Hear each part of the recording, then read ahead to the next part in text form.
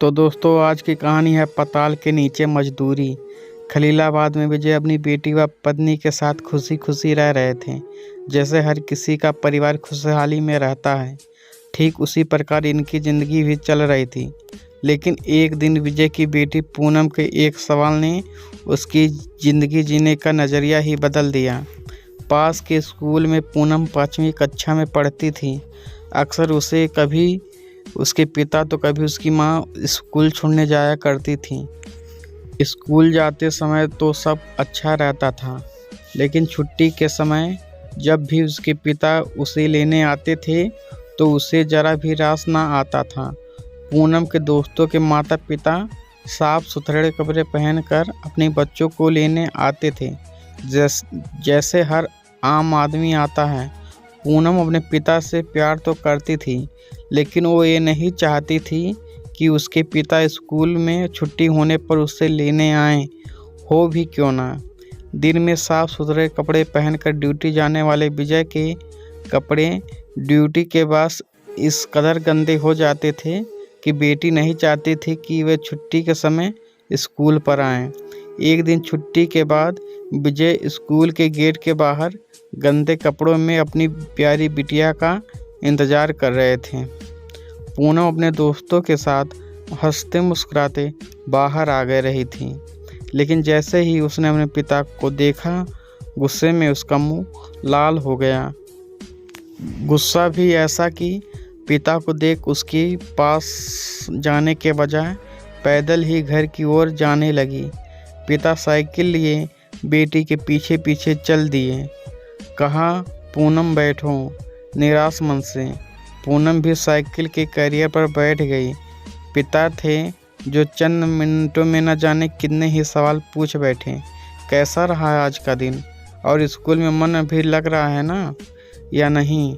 चलो बताओ क्या खाना है, वही खरीद लेते हैं। इधर पूनम एकदम चुप, मानो उसे अपने पिता से बात ही नहीं करनी है। खैर, घर आया और साइकिल से उतरते ही पूनम बैग फेंकते हुए और बड़बड़ाते हुए अपने कमरे में चली गई और रोने लगी। इधर उसकी माँ राधा ने ये सुना तो पीछे पीछे चली आई और पूछा, क्या हुआ पूनम? पूनम ने कहा, माँ तुम क्यों नहीं आती मुझे स्कूल लेने? माँ बोली, क्यों, तुम्हारे पापा उसी रास्ते तो आते हैं, इसमें गलत क्या है? पूनम बोली, उनके कपड़े देखे हैं?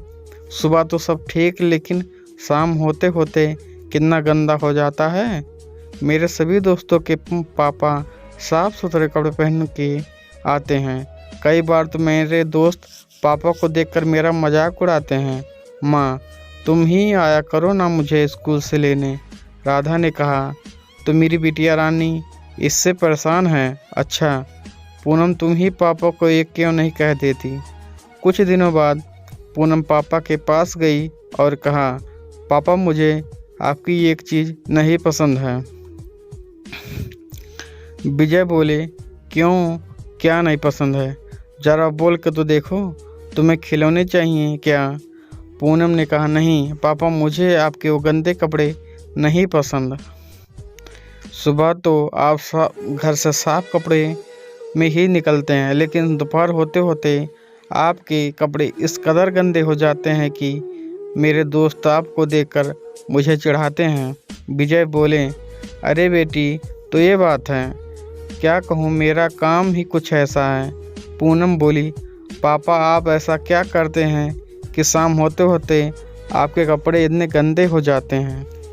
विजय, तुम्हारी उम्र बहुत छोटी है, मैंने सोचा थोड़ी और बड़ी हो जाओ तब बताऊंगा, लेकिन नहीं, अब बता ही देना चाहिए।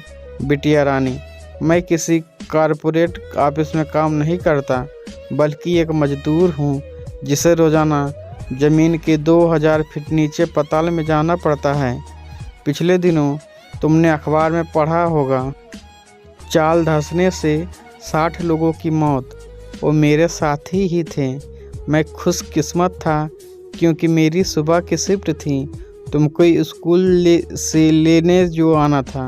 पूनम की आंखों में आंसू थे। पापा आप मेरे लिए इतनी मेहनत करते हैं, मैं कितनी गलत थी।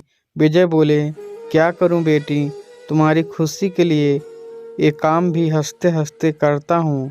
इतने में पीछे खड़ी खड़ी बाप बेटी की बातें सुन रही राधा बोली, पूनम तुम्हें पता भी है तुम्हारे पापा घर से निकलते हैं तो, लेकिन उन्हें ये पता भी नहीं होता है कि घर लौटेंगे भी या नहीं। मैं जानती हूँ कि कितनी मुश्किल से वो हमारे लिए पैसे कमा रहे हैं। ज़मीन की गहराई में जाकर वो कोयला निकालते हैं। यही वजह है कि तुम्हारे पापा के कपड़े गंदे हो जाते हैं। वहाँ गर्मी भी इतनी है कि हम लोग एक पल भी ना रह पाएँ।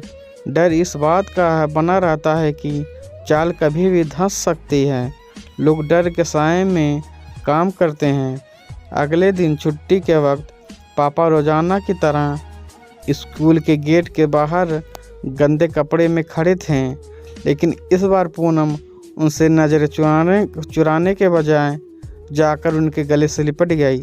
तो दोस्तों, अगर वीडियो पसंद आया हो तो चैनल को सब्सक्राइब ज़रूर करें और साथ में बेल आइकन को भी दबाएं।